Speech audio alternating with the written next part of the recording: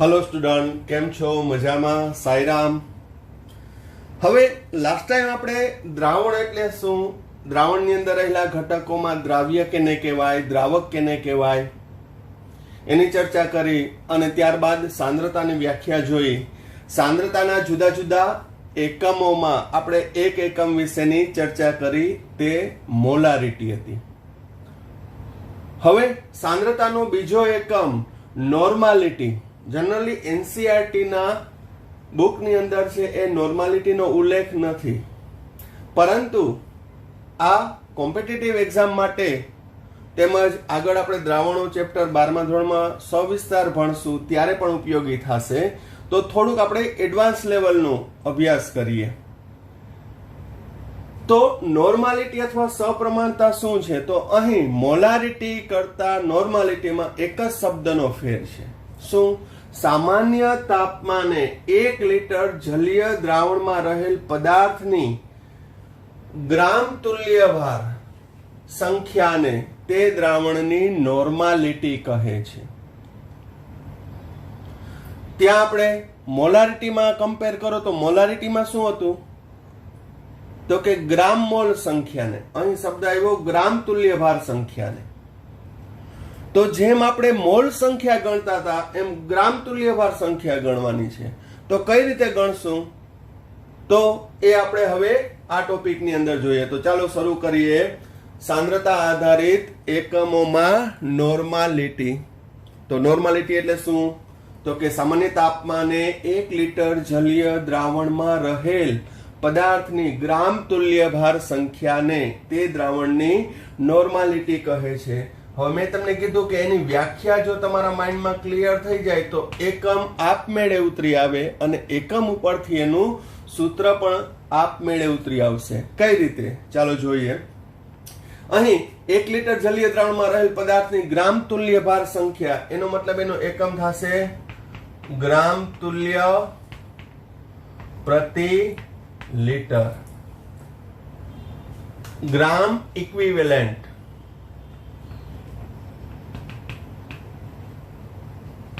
પર લિટર. ગ્રામ તુલ્ય ભાર સંખ્યા. તો આ શબ્દ તમારા માટે નવો છે કે ગ્રામ તુલ્ય ભાર કઈ રીતે શોધવાનું. તો હવે નોર્માલિટીનું સૂત્ર શું? નોર્માલિટી બરાબર ગ્રામ તુલ્ય ભાર સંખ્યા કેને કહેવાય? તો મોલ સંખ્યાનું સૂત્ર તમને આવડે જ છે. શું? દળના છેદમાં અણુભાર. તો ગ્રામ તુલ્ય ભાર સંખ્યાનું સૂત્ર શું? તો કે દ્રાવ્યનું વજન ગ્રામમાં છેદમાં દ્રાવ્યનો તુલ્ય ભાર ગુણ્યા 1/છેદમાં દ્રાવણનું કદ લીટરમાં. ગ્રામ તુલ્ય એટલે વજનના છેદમાં તુલ્ય ભાર. મોલ હોય તો વજનના છેદમાં અણુભાર. તો ગ્રામ તુલ્યમાં શું આવશે? વજનના છેદમાં તુલ્ય ભાર ગુણ્યા 1/છેદમાં લીટર એટલે શું? દ્રાવણનું કદ. સદરૂપ આપીએ.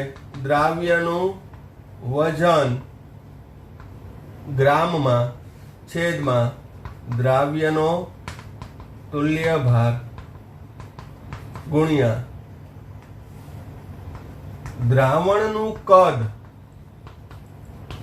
જો મિલીમાં આપેલું હોય અને મિલીમાં જ રાખવું હોય તો મારે મિલીનું લીટરમાં રૂપાંતર કરવા માટે કેટલા વડે ભાગવા પડે? 1000 વડે. 1000 વડે ભાગો એટલે મિલીનું લીટરમાં રૂપાંતર થઈ જાય. તો 1000 વડે ભાગ્યા તો છેદનો છેદ અંશમાં. તો 1000/છેદમાં દ્રાવણનું કદ મિલીમાં અથવા 1/છેદમાં દ્રાવણનું કદ લીટરમાં. ખ્યાલ આવી ગયો? સંજ્ઞા સ્વરૂપે દર્શાવું તો નોર્માલિટી બરાબર વેઇટ બાય ઇક્વિવેલન્ટ વેઇટ ગુણ્યા 1000 by volume in ml. EW એટલે ઇક્વિવેલન્ટ વેઇટ, ગુજરાતી થાય સમતુલ્ય ભાર. ઓલું MW હતું. MW એટલે મોલેક્યુલર વેઇટ. મોલેક્યુલર વેઇટ એટલે અણુભાર, ઇક્વિવેલન્ટ વેઇટ એટલે તુલ્ય ભાર. પણ તમે ચિંતા ના કરો, કારણ કે અણુભાર જેમ તમને શોધતા આવડી ગયો એમ તુલ્ય ભાર પણ આવડી જશે. પણ અત્યારે નોર્માલિટી શોધવી હોય તેનું સૂત્ર શું? નોર્માલિટી એટલે તો કે નોર્માલિટી એટલે સામાન્ય તાપમાને 1 લીટર જલીય દ્રાવણમાં રહેલા પદાર્થની ગ્રામ તુલ્ય ભાર સંખ્યા. એના ઉપરથી એકમ આવી જાય ગ્રામ તુલ્ય પ્રતિ લીટર. પછી ગ્રામ તુલ્ય ભાર સંખ્યા લખવાની જરૂર છે નહીં, તો ગ્રામ તુલ્યાંક પણ લખી શકાય, ગ્રામ તુલ્યાંક પ્રતિ લીટર.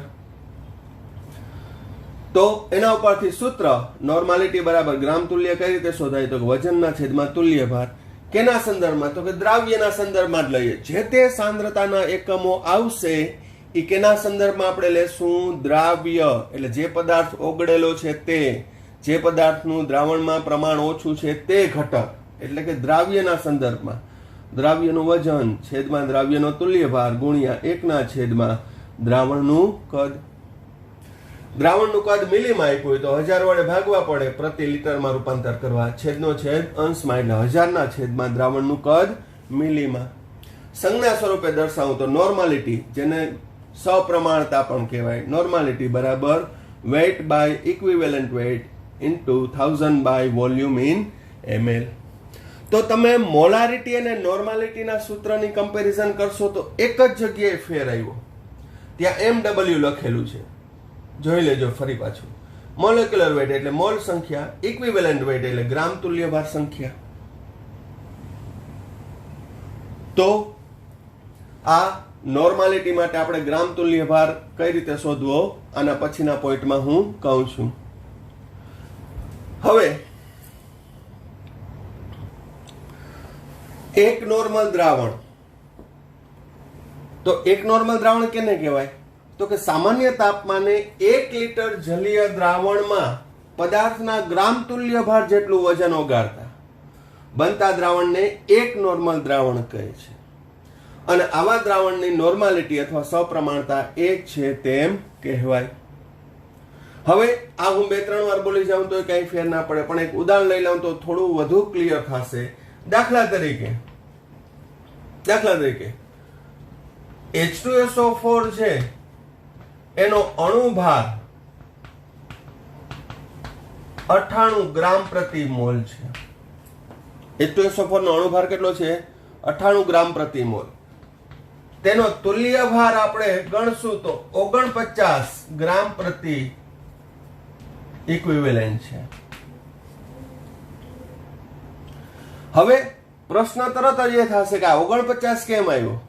તો આ ટોપિક પૂરો કર્યા પછી આપણે દરેક સંયોજનના તુલ્ય ભાર જ શોધશું. બહુ ઈઝી છે, એટલે અત્યારે ચિંતા ના કરતા કે આ તુલ્ય ભાર કેમ આવ્યો. અત્યારે આપણે પ્રશ્ન એ ઉપસ્થિત કરવાની જરૂર છે નહીં, કારણ કે આના પછીનો જસ્ટ નેક્સ્ટ ટોપિકની અંદર એની ચર્ચા સવિસ્તાર કરશું. તો તુલ્ય ભાર કેટલો છે? 49. અત્યારે ધારી લઈએ, તમે સ્વીકારી લ્યો થોડી વાર. તો તુલ્ય ભાર છે 49 છે. તો હવે હું શું કરું? હું H2SO4 અહીં 49 ગ્રામ H2SO4 નું વજન લઈ તેનું કદ 1 લીટર કરવામાં આવે. 49 ગ્રામ સલ્ફ્યુરિક એસિડ લીધો, એમાં પાણી ઉમેરી હલાવ્યું અને કદ કેટલું કર્યું? 1 લીટર કર્યું. તો અહીં મૂલ્ય મૂકો, વજન કેટલું લીધું? 49 ગ્રામ. એનો તુલ્ય ભાર કેટલો? તો કે 49 ગ્રામ. તેનું કદ કેટલું કર્યું? 1 લીટર. 1 લીટર એટલે મિલીમાં. તો જવાબ આવ્યો 1 નોર્મલ. બીજું ઉદાહરણ લઈએ આપણે. HCl એનો અણુભાર છે એ 36.5 ગ્રામ પ્રતિ મોલ છે. તેનો તુલ્ય ભાર 36.5 ગ્રામ પ્રતિ મોલ છે. તો હું 36.5 ગ્રામ હાઇડ્રોક્લોરિક એસિડ લઈ બીકરમાં લઈ એમાં પાણી ઉમેરી અને તેનું કદ કેટલું કરું? 1 લીટર. તો અહીં નોર્માલિટી કેટલી થશે? તો કે વજન મેં કેટલું લીધું? 36.5. તેના તુલ્ય ભાર જેટલું જ. ગુણ્યા 1000 ના છેદમાં કદ કેટલું કર્યું 1000 એટલે જવાબ આવ્યો 1 નોર્મલ. તો 1 લીટર જલીય દ્રાવણમાં પદાર્થના તુલ્ય ભાર જેટલું વજન ઓગાળો એટલે એનો ગુણોત્તર 1 થાય.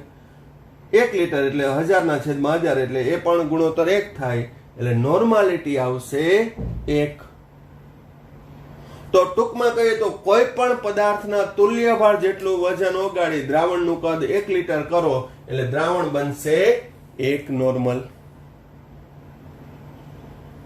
મોલારિટી અને નોર્માલિટીમાં એક જ શબ્દનો ફેર. મોલારિટીમાં ગ્રામ અણુભાર જેટલું વજન ઓગાળવાનું, અહીંયા ગ્રામ તુલ્ય ભાર જેટલું. ફરી પાછો તમારા મગજમાં પ્રશ્ન થાય છે કે એ તો વાત બધી સમજાઈ ગઈ, પણ તુલ્ય ભાર કઈ રીતે શોધવાનો છે? તો ચાલો હવે આપણે જુદા જુદા સંયોજનનો તુલ્ય ભાર કઈ રીતે મેળવવો, જે ખૂબ જ અગત્યનો પોઈન્ટ છે, પણ એકદમ ઈઝી છે. કોન્સન્ટ્રેશનથી જે લર્ન કરશો તો તમને દરેકના તુલ્ય ભાર પણ આવડી જશે. એટલું વિચારજો કે અણુભાર હવે મોટા ભાગના સંયોજનના તમને યાદ રહી ગયા હશે. NaOH ને ગ્લુકોઝ ને NaCl ને HCl ને H2SO4 ને જે રૂટિનમાં જે પદાર્થો આપણે ઉપયોગી થતા હોય તેના અણુભાર યાદ રહી ગયા હશે.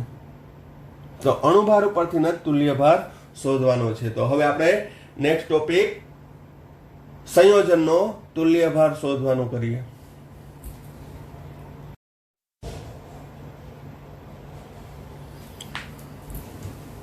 હવે એસિડનો તુલ્ય ભાર. તો એસિડનો તુલ્ય ભાર કઈ રીતે શોધવાનો? તો એસિડના તુલ્ય ભારનું સૂત્ર છે એસિડનો અણુભાર છેદમાં મુક્ત થતા H+ ની સંખ્યા અથવા એસિડની બેઝિકતા. તો ફરી પાછો પ્રશ્ન થાય કે એસિડની બેઝિકતા એટલે શું? તો બહુ સિમ્પલ છે. એસિડની બેઝિકતા એટલે શું? તો કે 1 મોલ એસિડનું સંપૂર્ણ તટસ્થીકરણ કરવા જરૂરી બેઝમાં ખાસ કરીને કયો લેવાનો? NaOH ની મોલ સંખ્યાને તે એસિડની શું કહેવામાં આવે છે? બેઝિકતા કહે છે. તો હવે એસિડનો તુલ્ય ભાર અણુભારના છેદમાં મુક્ત થતા H+ ની સંખ્યા, એમાંય કહી દઉં 1 મોલ એસિડમાંથી મુક્ત થતા H+ ની સંખ્યા. તો ઝડપથી આપણે એક્ઝામ્પલ લઈ લઈએ. દાખલા તરીકે HCl નો તુલ્ય ભાર આપણે શોધવાનો છે. તો HCl નો તુલ્ય ભાર બરાબર અણુભાર 36.5 ભાગ્યા 1 બરાબર 36.5 ગ્રામ પ્રતિ તુલ્યાંક. તો અહીં 1 કેમ મૂક્યું? તો કે HCl ને પાણીમાં ઓગાળો તો એનું વિયોજન થઈ H3O+ બને છે અને Cl-. આ H3O+ એટલે એકચ્યુઅલી H+ છે, પણ H+ સ્વતંત્ર અસ્તિત્વ ધરાવતો નથી, માટે એ પાણી સાથે જોડાઈને શું બનાવે છે? H3O+, hydronium ion. આવું તમે 10મા ધોરણમાં એસિડ બેઝ ચેપ્ટરમાં ભણી ગયા છો. તો અહીં H+ ની સંખ્યા કેટલી આવી? 1. માટે મુક્ત થતા H+ ની સંખ્યા 1 એટલે એને કેટલા વડે ભાગ્યા? 1 વડે. અથવા એસિડની બેઝિકતા, તો HCl ના 1 મોલનું NaOH વડે તટસ્થીકરણ કરતા ક્ષાર અને પાણી બને છે. અહીં સંતુલનમાં 1:1 મોલ 1 મોલ 1 મોલ. તો અહીં 1 મોલ એસિડનું સંપૂર્ણ તટસ્થીકરણ કરવા જરૂરી બેઝના મોલ કેટલા છે? 1 મોલ છે. માટે HCl નામના એસિડની બેઝિકતા 1 છે તેમ કહેવાય. માટે HCl નો તુલ્ય ભાર શોધવો હોય તો 36.5 ભાગ્યા 1. HCl ની બેઝિકતા પૂછે તો કેટલી? 1. ખ્યાલ આવી ગયો? બીજું ઉદાહરણ આપણે લઈ લઈએ.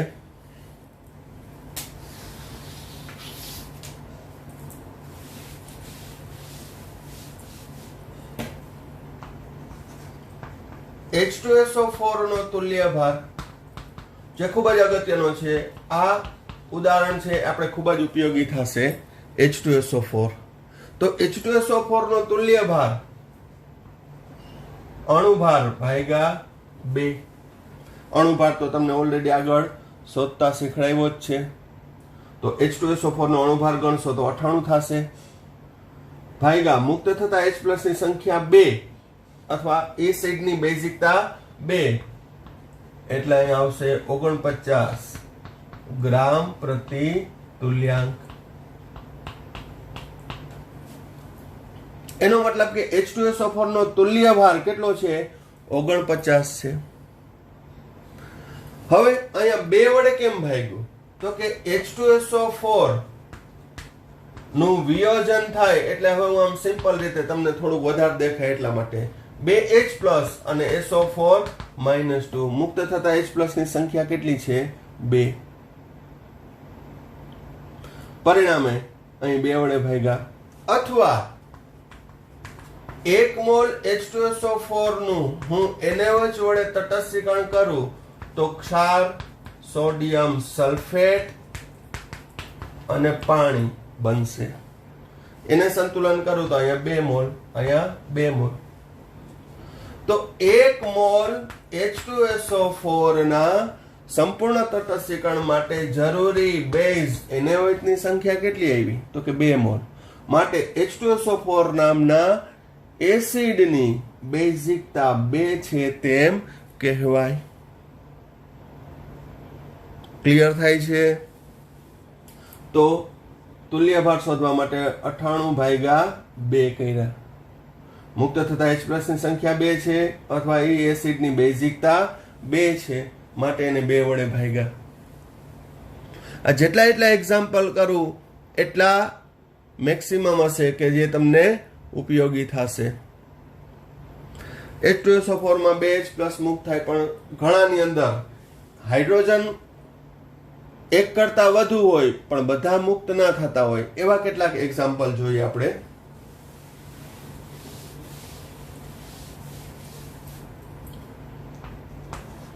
એસિટિક એસિડ નું સૂત્ર Ca3COOH નો તુલ્ય ભાર.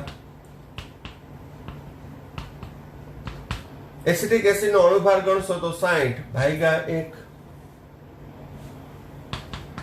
60 ગ્રામ પ્રતિ તુલ્યાંક.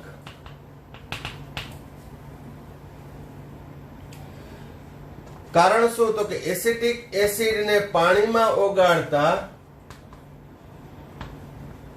Ca3CO- અને H+ મુક્ત થતા H+ ની સંખ્યા 1 જ. એસિટેટ આયન અને H+ આયન જનરલી બધાને ખબર જ હશે પણ છતાંય હું કહી દઉં કે અહીંયા 3 હાઇડ્રોજન કેમ મુક્ત ના થયા? તો કે આ 3 હાઇડ્રોજન CH3 એ અધ્રુવીય છે. એ કેવા હોય છે? અધ્રુવીય હાઇડ્રોકાર્બન છે જેનું વિયોજન થાય નહીં. મિથેનને પાણીમાં ઓગાળો તો C- ને 4H+ મુક્ત નહીં થાય કારણ કે એ સહસંયોજક બંધથી જોડાયેલા છે, અધ્રુવીય છે જેનું પાણીમાં વિયોજન થાય નહીં. જ્યારે આ એસિટિક એસિડ છે એમાંનો એક હાઇડ્રોજન ઓક્સિજન સાથે જોડાયેલો છે જે ધ્રુવીય હોય. OH બંધ કેવો હોય છે? ધ્રુવીય. માટે ત્યાં H+ મુક્ત થાય એક જ. જ્યારે આ કેવો છે? CH બંધ અધ્રુવીય છે. આ માઇન્ડમાં રાખજો. આપણે ગોખી નથી નાખવાનું કે એક H+ જ કેમ. દરેક એંગલથી તમને ખ્યાલ હોવો જોઈએ. તો એસિટિક એસિડ છે એની બેઝિકતા પણ કેટલી આવશે? 1. આપણે તટસ્થીકરણનું પણ જોઈ લઈએ. પછી બધામાં તટસ્થીકરણ નહીં કરીએ. NaOH તટસ્થીકરણ કરતા સોડિયમ એસિટેટ વત્તા H2O. એ સમજાવું. Na+, OH-, H+, O-, H2O Ca3COONA Ca3COONA H2O. તો અહીં 1 મોલ એસિટિક એસિડ સાથે વપરાતા NaOH ના મોલ કેટલા? 1. માટે એસિટિક એસિડ નામના એસિડની બેઝિકતા 1 છે તેમ કહેવાય.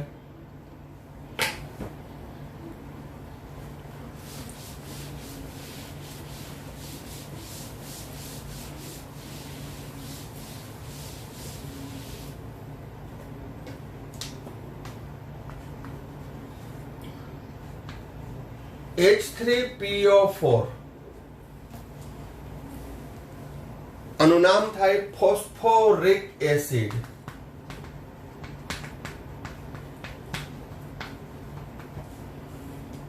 નો તુલ્ય ભાર, તો ફોસ્ફોરિક એસિડ નો અણુભાર ગણશો તો 98/3. તો એનો જવાબ આવશે 32.66 ગ્રામ પ્રતિ તુલ્યાંક. તો ફોસ્ફોરિક એસિડ નો તુલ્ય ભાર કેટલો થશે? 32.66. ખ્યાલ આવે છે? તો અહીં 3 વડે ભાગ્યું. કેમ? તો કે અહીંયા તો દેખાઈ ગયા 3 હાઇડ્રોજન છે, બરોબર છે. H3PO4 3H+ અને PO4 -3, અથવા H3PO4 3 mole NaOH acid base તટસ્થીકરણ કરતા Na3PO4 વત્તા 3 મોલ H2O. તો અહીં 1 મોલ એસિડ સાથે વપરાતા બેઝના મોલ 3 માટે ફોસ્ફોરિક એસિડ નામના એસિડની બેઝિકતા 3 છે, અથવા મુક્ત થતા H+ ની સંખ્યા 3. માટે એના અણુભારને 3 વડે ભાગતા સાચો તુલ્ય ભાર મળશે. વધુમાં એ પણ કહી દઉં કે ફોસ્ફોરિક એસિડ છે એનું બંધારણ આવું છે.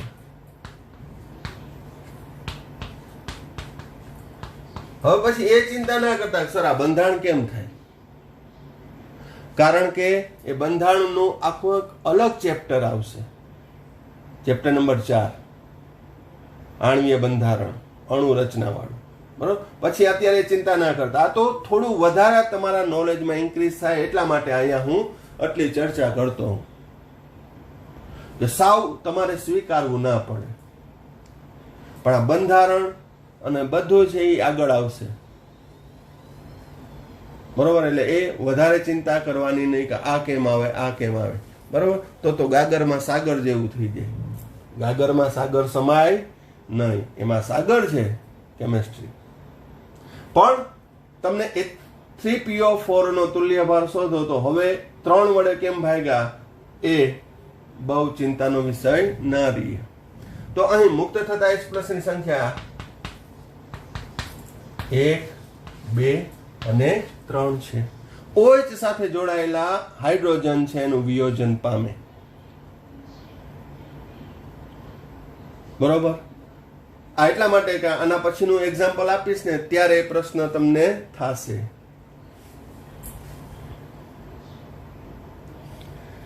H3PO3 નો તુલ્ય ભાર, તો એનો અણુભાર ગણશો તો 82/2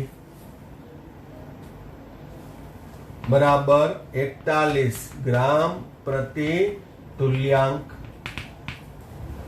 તો અહીં 2 આવ્યા. હવે અહીંયા સીધા તમને 3 હાઇડ્રોજન દેખાય છે, છતાંય કેમ 2 વડે ભાગ્યું? ઓમાં તો કઈ પ્રશ્ન નતો H3PO4 માં તો, કે 3 હાઇડ્રોજન દેખાતા હતા ને 3 વડે ભાગ્યા. આમાં 3 દેખાય છે છતાંય 2 વડે ભાગ્યા. કારણ શું? તો કે અહીં H3PO3 ને પાણીમાં ઓગાળતા 2H+ મુક્ત થશે.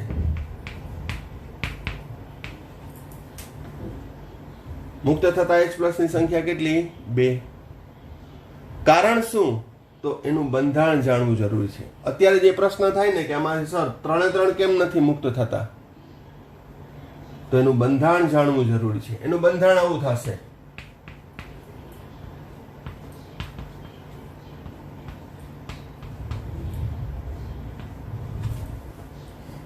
H3PO3. હવે OH બંધ છે એ ધ્રુવીય હોય પ્લસ માઇનસ, પણ pH બંધ છે એ અધ્રુવીય છે. pH બંધમાં પ્લસ માઇનસ વીજભાર ઉદ્ભવશે નહીં, કારણ કે બંનેની વિદ્યુત ઋણતા સમાન થઈ ગઈ. તો વિદ્યુત ઋણતા છે ચેપ્ટર નંબર 3 માં ભણશું. તો એ અધ્રુવીય છે એટલે pH બંધ છે એનું વિયોજન થશે નહીં. તો મુક્ત થતા H+ ની સંખ્યા કેટલી? 2H+ અને HPO3 -2, HPO3 -2. આ છે કેમેસ્ટ્રી. શું છે કેમેસ્ટ્રી? આ છે કેમેસ્ટ્રી. તો તુલ્ય ભાર શોધવો હોય, હજી આપણે એસિડના તુલ્ય ભારના એક્ઝામ્પલ લઈએ છીએ. તો તુલ્ય ભાર છે અગત્યનું ફેક્ટર છે જેના દ્વારા નોર્માલિટી અને આગળ જતા બીજા પ્રશ્નો સોલ્વ કરી શકાય. તો આ તુલ્ય ભાર છે એ કોન્ક્રીટલી તમારે યાદ રાખવાના છે, ગોખવાના નથી. મેં તમને કીધું ને કે દરેકનું એક્સપ્લેનેશન મળે છે અને આ થોડું આપણે એડવાન્સ લઈએ છીએ. વાસ્તવમાં આ આગળ હજી થોડુંક ભણી લઈએ, દ્રાવણોમાં વધુ, એ પછી આવતું હોય, પણ આપણે સાથે સાથે જ લેતા જઈએ કે જેથી પહેલેથી જ આપણે સ્ટ્રોંગ બનીએ. ઓકે, હજી એક્ઝામ્પલ લઈ લઈએ આપણે.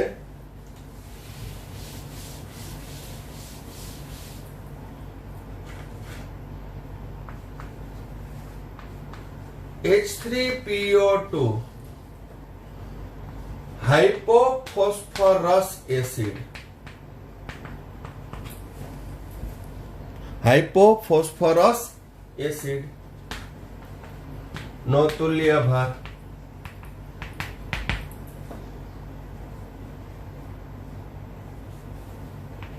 એનો અણુભાર 66/1, 66 ગ્રામ પ્રતિ તુલ્યાંક. શું આવ્યો? H3PO2 એટલે કે હાઇપોફોસ્ફરસ એસિડ, અથવા એને ફોસ્ફોનિક એસિડ પણ કહેવાય. ફોસ્ફોનિક એસિડ.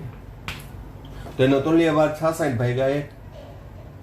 તો અહીંયા એક કેમ આવ્યું? અહીંયા પણ 3 હાઇડ્રોજન છે.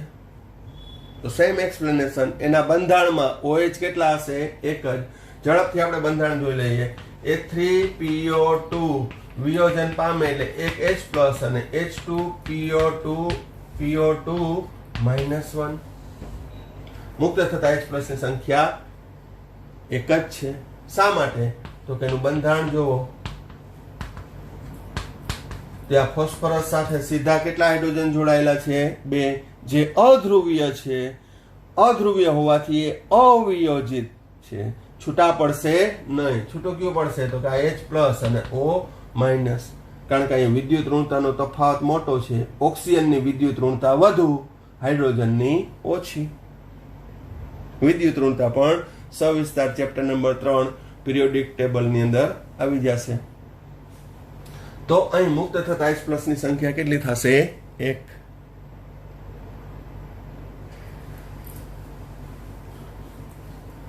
ત્યારબાદ આ જેટલા હું એક્ઝામ્પલ આપું છું એ બધા ઉપયોગી થશે.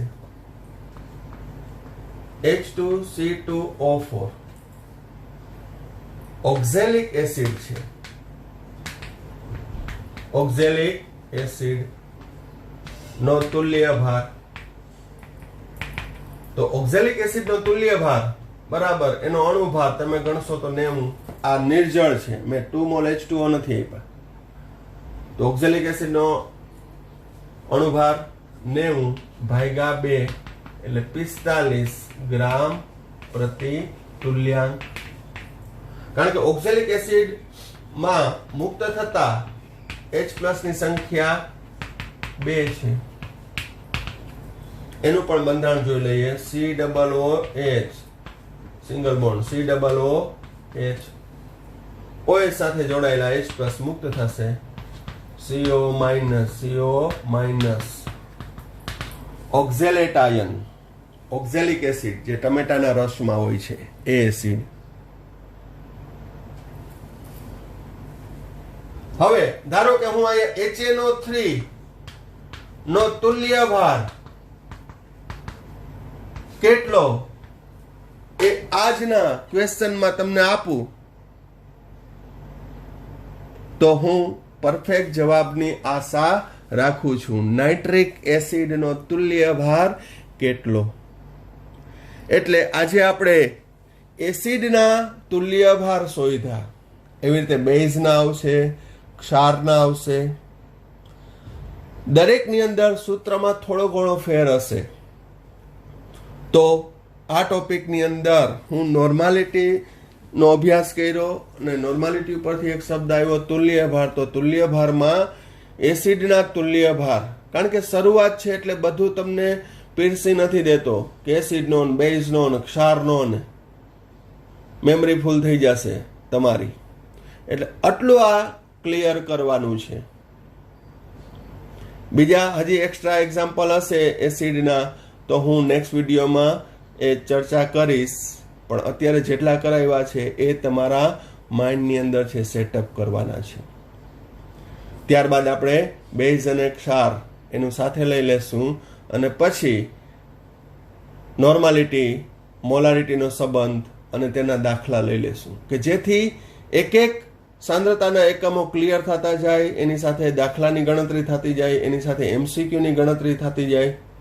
એ બધાની ચર્ચા કરી અને આપણે જે તે ટોપિક છે એને વધુ સ્ટ્રોંગ બનાવશું. તો આ વિડીયોમાં અહીંયા સુધી રાખીએ છીએ. Thank you. સાંઈરામ.